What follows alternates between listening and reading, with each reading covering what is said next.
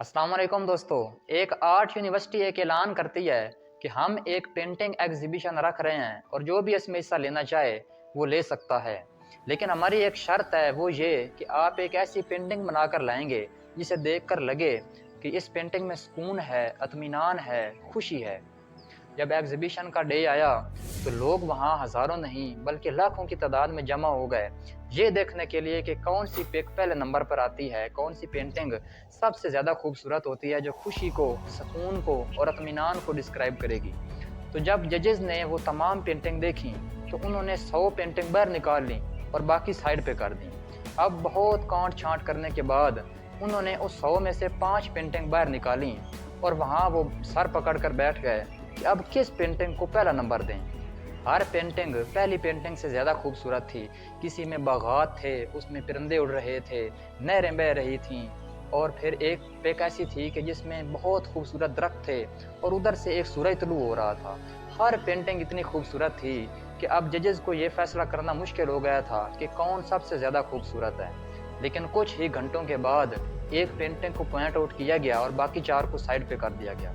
अब लोगों के अंदर फिर एक जुनून पैदा हुआ, एक जज्बा पैदा हुआ और उनके सब्र का पैमाना लबरेज होने लगा कि देखिए ये कौन सी पेंटिंग है जो पहले नंबर पर आ गई है। और जब जजेस ने वो पेंटिंग सीधी करके सबको दिखाई तो सबके होश उड़ गए और उन्होंने सर पकड़ लिया और कहा कि हमने तो अपना वक्त बर्बाद किया है, ये कैसा एग्जीबिशन था। क्योंकि जो पिक्स पहले नंबर पे आई थी उसमें ऊपर तूफान आ रहा था और नीचे बहुत दरिंदे फिर रहे थे और एक जंगल की बहुत डरावनी कैफियत थी और उसमें छोटी सी एक झोंपड़ी थी जिसमें बेचारा एक बच्चा खड़ा मुस्कुरा रहा था। तो ये पेंटिंग पहले नंबर पर कैसे आ गई जो खुशी को बयान कर रही है। तो सब लोगों ने तान लान शुरू कर दी कि ये कैसा फैसला किया गया। तभी एक जज उठा और उसने माइक पकड़ा और कहा कि हमने तमाम पेंटिंग्स को बगौर देखा है, लेकिन हमें कोई भी पिक ऐसी नज़र नहीं आई जो खुशी को बयान कर सके मुकम्मल तौर पर। लेकिन ये एक पेंटिंग ऐसी है जिसने खुशी को बयान किया है, इसने बताया है कि खुशी किसे कहते हैं।